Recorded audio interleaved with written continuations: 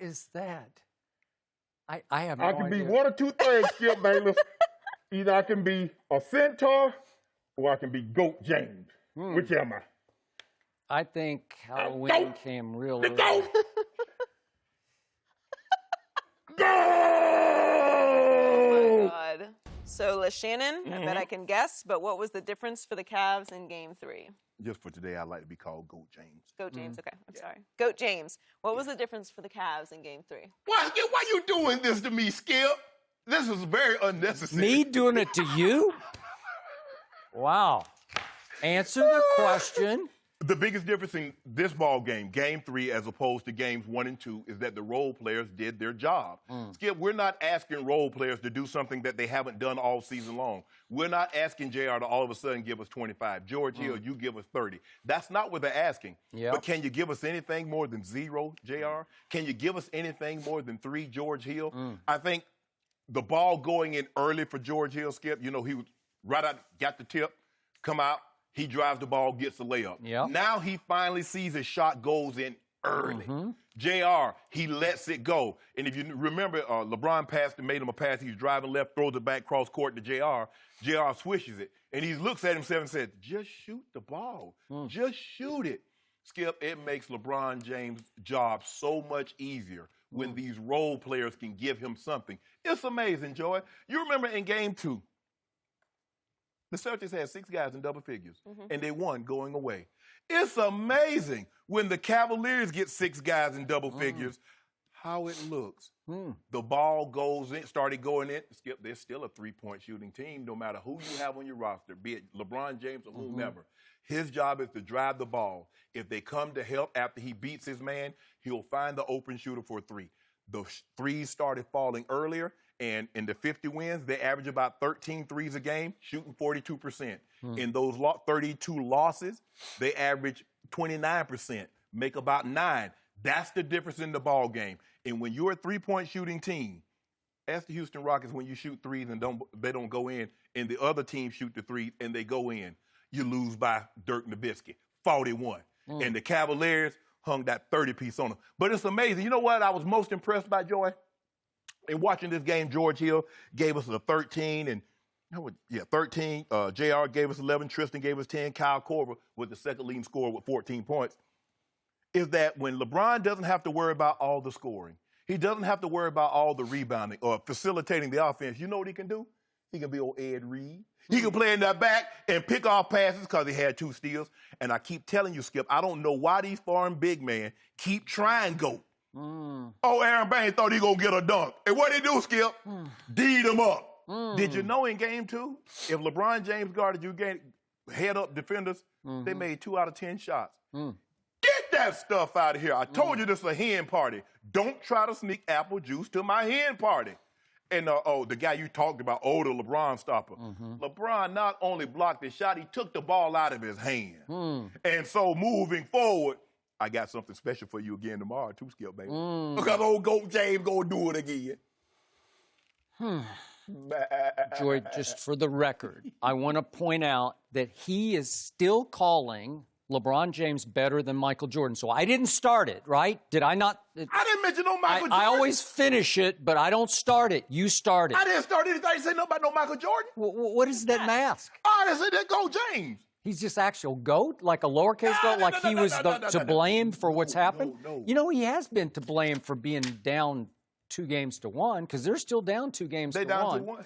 Not after the night. So now back to what really happened on Saturday night. What happened was, you've got the cart before the horse here. What happened to me after I just pounded this desk over here all last week was that for the first time in this whole playoff run, LeBron James realized, he finally decided before tip-off, I better play some defense from jump. And from jump, he took out of the game the guy who ignites the Celtics offense. You can ask the Celtics. Jaylen Brown ignites them. They really go on offense as Jaylen Brown goes. And he went way south because of the guy you call the GOAT. Yeah. That was by far the best defense that LeBron has played for the whole playoffs, and that was the theme after the game. And again, I'm not using 20/20 hindsight here. I kept pounding the desk all last week saying, It's shameful how little defense LeBron James is playing through these playoffs. And you said, well, he's got to rest on defense because he's carrying such a load on offense. Okay. And I kept saying, well, wait a second.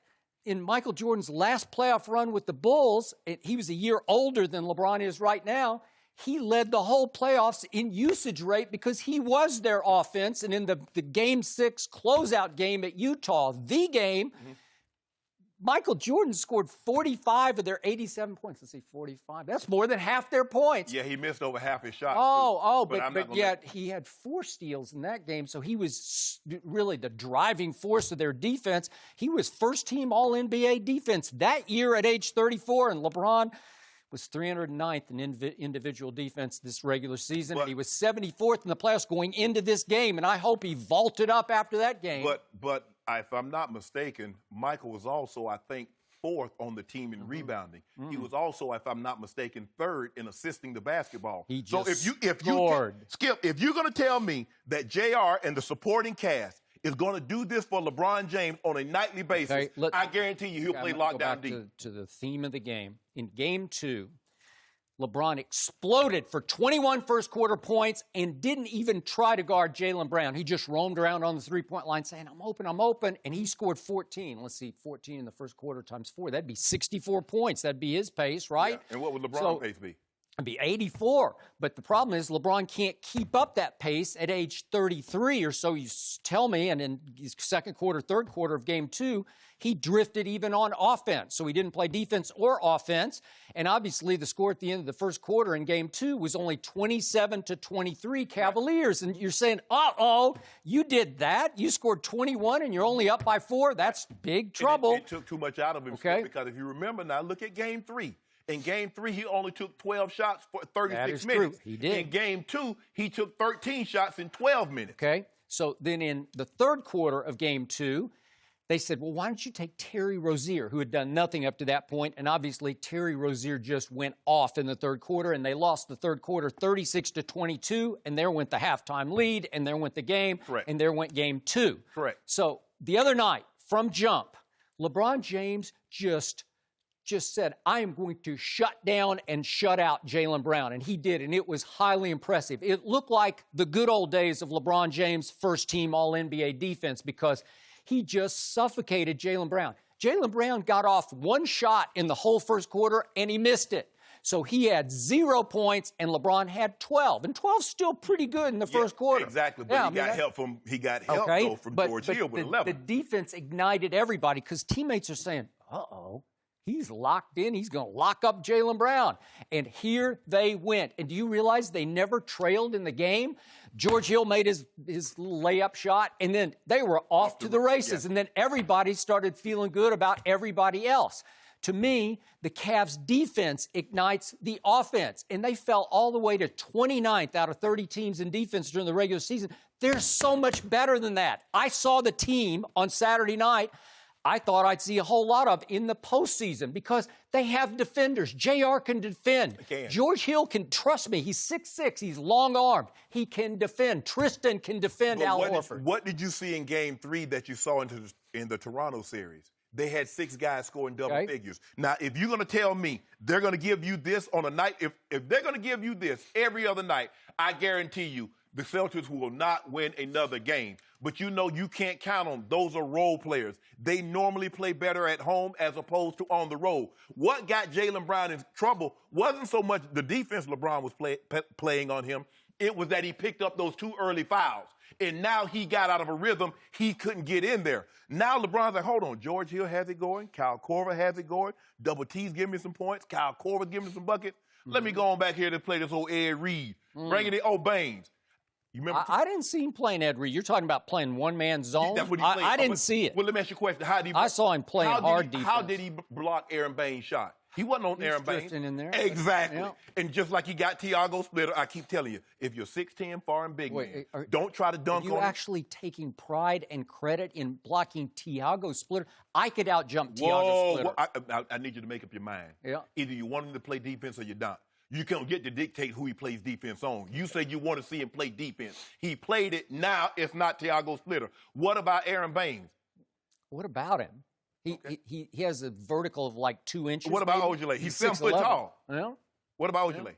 Did he get him the other night? I don't remember. Yeah, he got. Oh, you know he got it. I don't. He tried to dunk it. All he hanging on to the rim. Yeah. Skip. The thing is with LeBron James.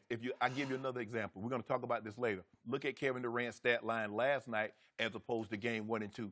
Steph Curry goes for 35. Now Kevin Durant has 25, 8, and 6. See, when you don't have that burden of just having to score all the points, see, LeBron scores points and he does other things.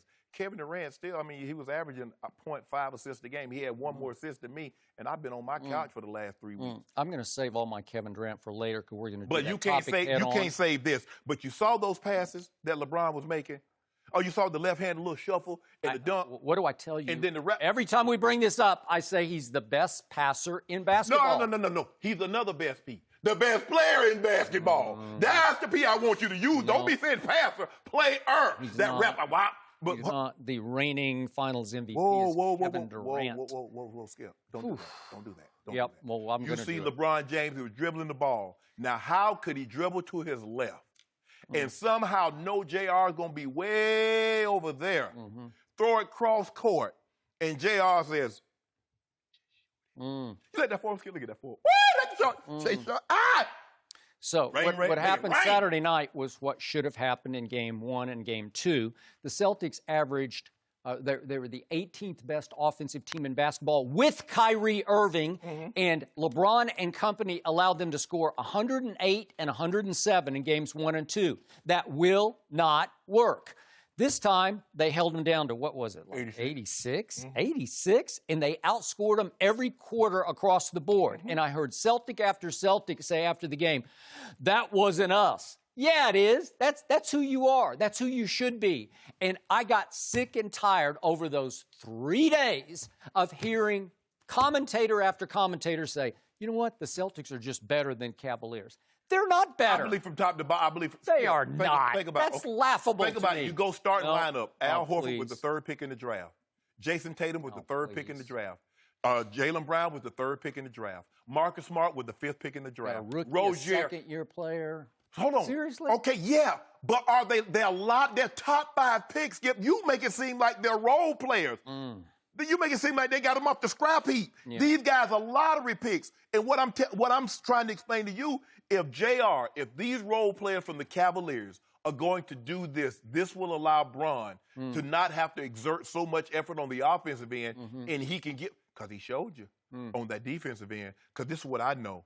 When LeBron was the primary defender, they shot 2 of 10. I agree. They were contested. And eight of those shots were contested. Yeah. That's the first time that's happened the whole playoffs. How can that be? Because he didn't have the burden of the scoring, facilitating, and rebounding. So are you saying that LeBron actually smokes the way you put that? He must smoke because he must not be in very good shape. He in great shape. But because you got the goat mask on with the yeah, he got them horns. That old real goat right there. So thanks for watching. Subscribe here to get the latest from the show, and be sure to check out more of the best clips from Undisputed, or go watch a few segments from our other shows on FS1.